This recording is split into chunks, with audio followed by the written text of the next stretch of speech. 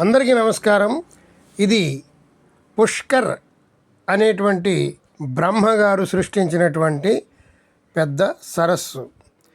ఇది తీర్థరాజ్ అని పేరుగాంచినది. తీర్థాలు అన్నిట్లో కల్లా పవిత్రమైనది, గొప్పదైనటువంటిది, బ్రహ్మచేత సృష్టించబడినదని దీనికి చాలా ప్రాముఖ్యత కలదు. దీని యొక్క చరిత్ర మనం తెలుసుకుందాం. ఇది అజ్మీర్కి 15 కిలోమీటర్ల దూరంలో ఉంది. అజ్మీర్ నుండి ప్రత్యేకించి ఒక ఆటో కానీ బస్సు కానీ ఉంటుంది. దాన్ని పట్టుకొని మనం 15 కిలోమీటర్ల ప్రయాణం చేస్తే ఈ పుష్కర్ అనేటువంటి గ్రామం చేరుకుంటాం. అక్కడ ఉన్నటువంటి ఈ తీర్థరాజం ప్రక్కనే బ్రహ్మదేవుని గుడి ఉంటుంది. ఆ బ్రహ్మదేవుని గుడి ప్రపంచంలో కల్లా ఏకైక గుడిగా ప్రసిద్ధి చెందింది. మన తెలుగు రాష్ట్రాల నుండి వెళ్ళడానికి ఎలా వెళ్ళాలి, ఎలా చేరుకోవాలో మనం ఇప్పుడు తెలుసుకుందాం. తెలుగు రాష్ట్రాల నుండి ముందుగా అజ్మీర్ చేరుకోవాలి. అజ్మీర్ నుండి బస్సులో కానీ ఆటో కానీ తీసుకొని ఈ పుష్కర్ అనేటువంటి బ్రహ్మదేవుని గుడిని సందర్శించవచ్చు. ఈ పుష్కర్ అనేటువంటి సరస్సుకి సుమారు ఒక 50 ఘాటీలు ఉన్నాయి. అవి ఒక్కొక్క ఘాటికి ఒక్కొక్క పేరు ఉంటుంది. అన్ని ఘాటీలలో కూడా పుణ్యస్నానాలు ఆచరిస్తూ ఉంటారు. ఇది చూడండి, వరాహ ఘాట్. అన్ని ఘాట్ల కంటే కూడా ఈ ఘాటు చాలా ప్రత్యేకమైనది, పేరుగాంచినది. ఈ వరాహ ఘాటులో చాలామంది స్నానాలు కూడా చేస్తూ ఉంటారు. ఇక్కడ పాకుడు ఎక్కువగా ఉంటుంది. జారి సరస్సులో పడిపోయేటువంటి ప్రమాదం ఉంది, జాగ్రత్తగా ఉండాలి.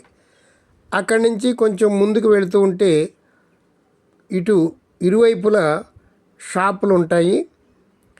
ఈ షాపులు బ్రహ్మదేవుని గుడికి వెళ్ళే దారిలో ఉంటాయి.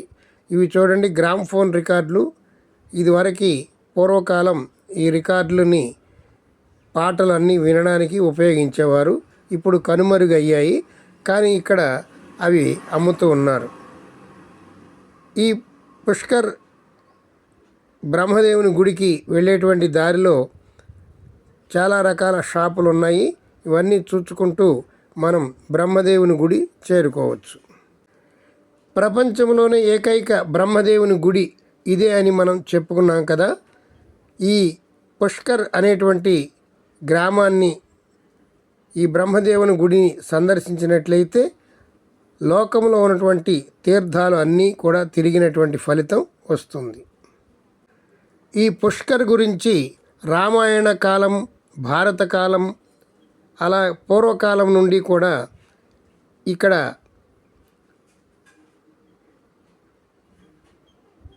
అనేక వింతలు, విశేషాలు జరిగాయని చెప్తూ ఉన్నారు. ఇది చూడండి, ఇప్పటికీ అక్కడ కత్తులు, డాళ్ళు ఇవన్నీ కూడా అమ్ముతూ ఉంటారు. ఇవంతా కూడా ఇక్కడ ఉన్నటువంటి యువకులు కత్తి సాము ప్రాక్టీస్ చేస్తూ ఉంటారు. ఇప్పటికీ రాజపుత్రులు కత్తి సామును ప్రాక్టీస్ చేస్తూ ప్రదర్శిస్తూ ఉంటారు. ఇక్కడ దొరికేటువంటి వింత వింత వస్తువులు చూడండి.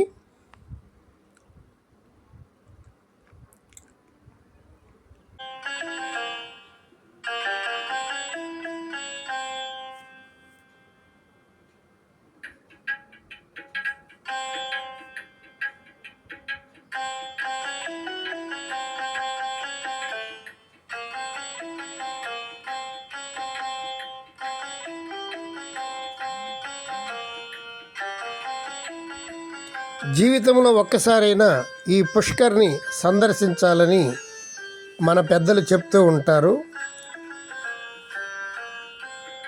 పురాణ ఇతిహాసాల్లో ఈ పుష్కర్కి చాలా ప్రాధాన్యత ఉన్నది. ఇక్కడ వశిష్ఠ మహర్షి తపస్సు చేశాడని చెప్తూ ఉన్నారు.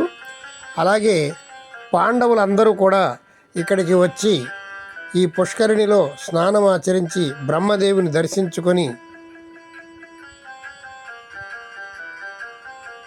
వారు ఎన్నో విజయాలు సాధించినట్లుగా పురాణ కథనాలు చెప్తూ ఉన్నాయి. ఇక్కడ ఉన్నటువంటి అమ్మవారిని సావిత్రీదేవి అంటారు.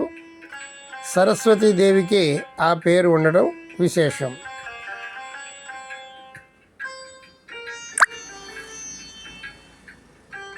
ఇదిగోనండి బ్రహ్మదేవుని గుడికి వెళ్ళేటువంటి లైను. ఆలయంలో సెక్యూరిటీ చాలా గట్టిగా ఉంటుంది. ఆలయం లోపలికి సెల్ ఫోన్ అనుమతి ఉండదు. బయట నుంచే మనం ఫోటోలు కానీ వీడియోలు కానీ తీసుకోవాల్సి ఉంటుంది.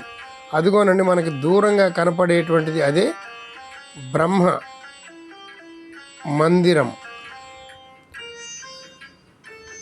పూర్వం కొంతమంది ఈ ఆలయంపై దండయాత్ర చేసి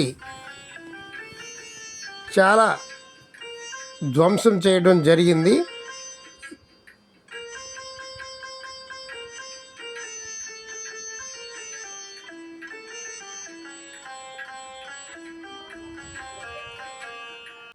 భారతదేశంలోనే ఎంతో పేరు ప్రసిద్ధి చెందినటువంటి ఈ పుష్కర్ బ్రహ్మదేవుని గుడిని చూచి మీరందరూ ఆనందిస్తున్నారని అనుకుంటూ, ఇంకా అందమైనటువంటి అద్భుతమైనటువంటి వీడియోలు మీ అందరికీ అందించడానికి ప్రయత్నం చేస్తూ ఉంటాను. మీరు ఈ వీడియోకి ఒక లైక్ ఇవ్వండి. ఇదేనండి బ్రహ్మదేవుని గుడి. మా పురాణామృతం ఛానల్ని సబ్స్క్రైబ్ చేసుకోండి. మరి ఒక మంచి వీడియోతో మళ్ళీ మిమ్మల్ని కలుస్తాను. బ్రహ్మదేవాయ నమో నమః.